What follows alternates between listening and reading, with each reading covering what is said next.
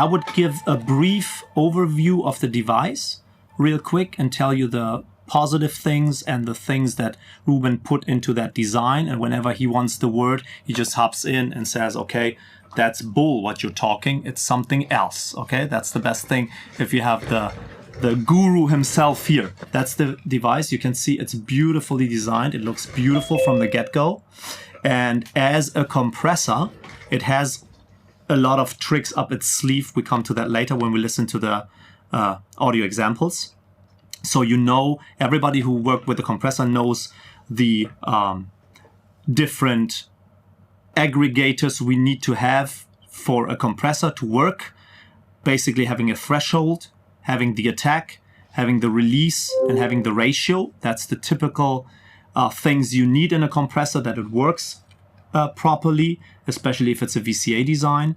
Then you see there is a true bypass, which you can engage and disengage. Basically hit it means you work with the compressor, and this is off and in true bypass mode. Although the gain reduction is already seen, you can see the gain reduction though, but it's not working.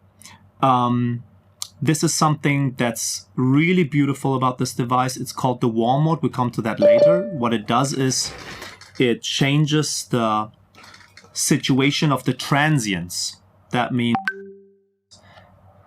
probably like a slew rate limiter, which basically slows down the transients and makes them more natural sounding or warmer sounding. And on the other hand, it's not just that. The other thing is it introduces a lot of harmonics, especially in the low mids. This is what I can hear, and it sounds beautiful. So could be a neat thing for harsh tracks, for instance. Okay.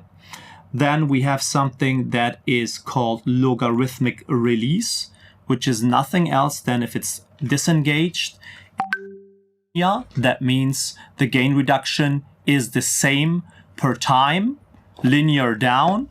And if you have a logarithmic scale, you know that from the math, it looks totally different. The first inches start to come really fast, and then it goes slower. That's basically the neat thing about that. So it sounds in most cases much more musical than a linear. The linear sounds a little bit cold from my point of view. I would describe it the way you would describe it, okay?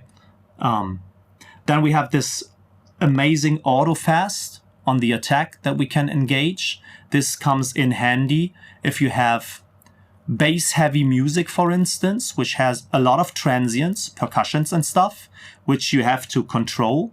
But you need, because of the bass and the long wavelengths, you need a fairly long attack in order to make the compressor sound natural and not to distort. Then for the fast transients, the auto fast comes in handy.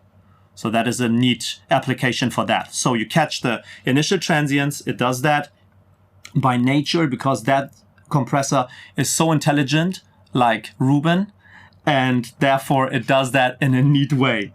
So what is a compressor without an internal sidechain? Nowadays with bass heavy music, I would say it would be a harm to not have this function in because the bass is triggering the compressor too much. That's the problematic thing, especially if we work on, I would say, 808 music, 808 trap and stuff like that. We need those kind of things to let the mids be more, or the highs be more the, I would say, energetic vibe that drives the compressor. And it's a neat thing if you have bass heavy music to get rid of pumping. The other thing that is really neat on that compressor and is a bonus from my point of view is that gain reduction limiter, which will determine, and this is not a limiter in the signal way, it's in a detector way. Ruben is right. Is that right? And this will determine the maximum amount of gain reduction that you apply.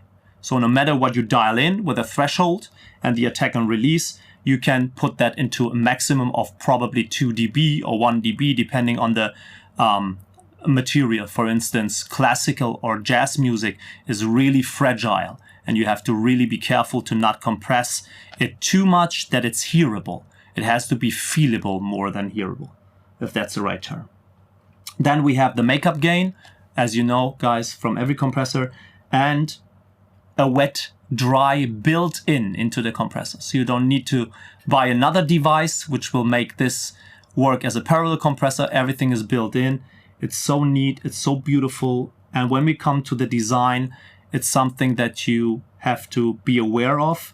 And I think this is the philosophy of Ruben, which he told me prior when we came into the session. We had a few minutes before you guys came in.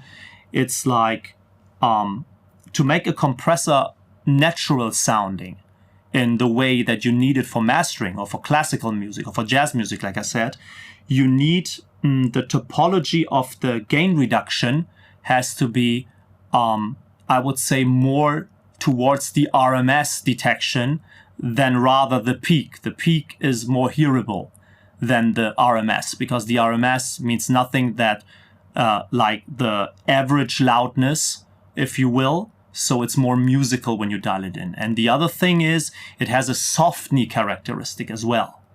And you know, beautiful compressors, they are softney from the characteristics.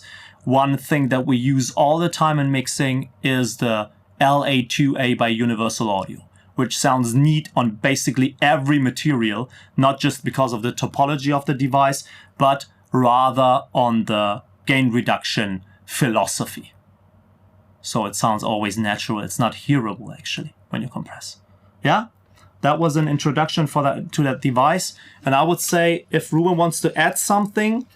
Yeah, a little bit about the audio design philosophy. Yeah, even when we introduced it in 2010, it was a complete discrete compressor. So all the amplifiers are not integrated circuits. It was a discrete design.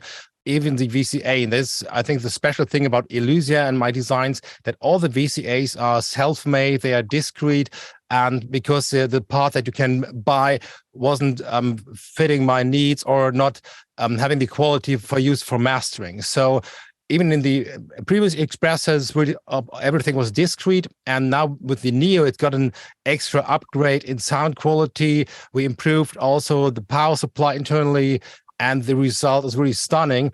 And therefore that, because there are a lot of other compressors don't telling you exactly what kind of technology or topology is in there, but it's really when you open it, you see a lot of transistors, resistors, and not integrated circuits. And I think that's the key to the transparent sound of this device here. Yeah, the amplification is class A, isn't it?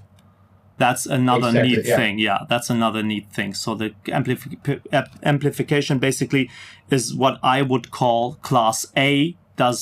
In the name, it's written in the name, it's A plus. Basically, it's the best design you can get for amplification from my point of view, because it has a way of sounding. Me as a mastering engineer, whenever I engage a class A VCA compressor, it makes everything wider. The sound image is so wide and it's holographic and it starts to get depth. That's the neat thing about this class A design from my point of view.